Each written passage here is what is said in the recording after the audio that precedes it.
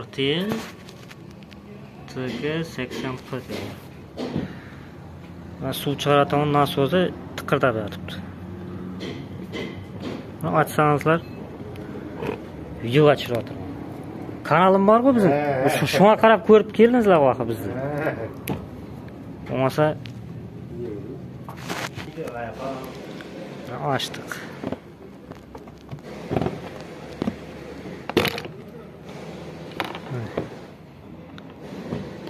İşte perik düşüp kalsa içinde taş var. Taş.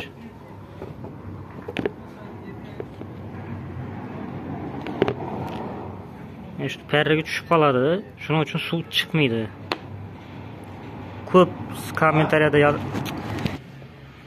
Shunday. Hozir buni quritib, ichini tozalab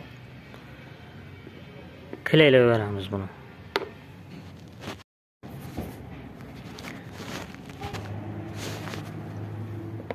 Mana parrak Akfix ana shunday klay ishlatamiz. Shu yerga klayni quyamiz. Keyin mana bunday qilib qistiramiz joyiga. Shunday qilib qistiramiz. 5 minut, 10 minutdan keyin qotadi. Yana motorga qistiramiz. Shu. Mana shunday klay ishlatasizlar. Pistolet klay ishlatsangizlar ham bo'ladi. 2 donali germetik ishlatsangizlar ham bo'ladi. Epoksit ishlatsangizlar ham bo'ladi. Mana klayni quydim.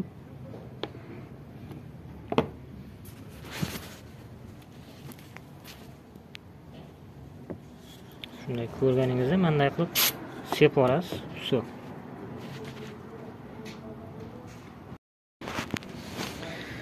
Mana suv soldim ichine. Mana endi slivni ishlatib ko'ramiz.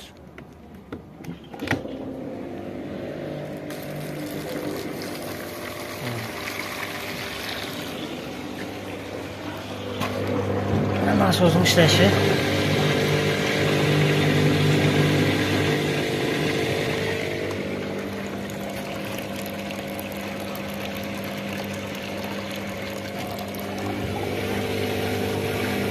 Ya ko'rganingizdek tiqir etib yotibdi. Mana tiqirdamaydi. Kimda ana shunday ses bo'lsa, tiqirdi, nasosini ochib, parragini uzatib berasiz. Keyin mana buni klapan, ana shu klapanga ham litol slidon surtib qo'ysangizlar, o'zlaringizga yaxshi. Yengil ishlaydi. E'tiborlaringiz uchun rahmat.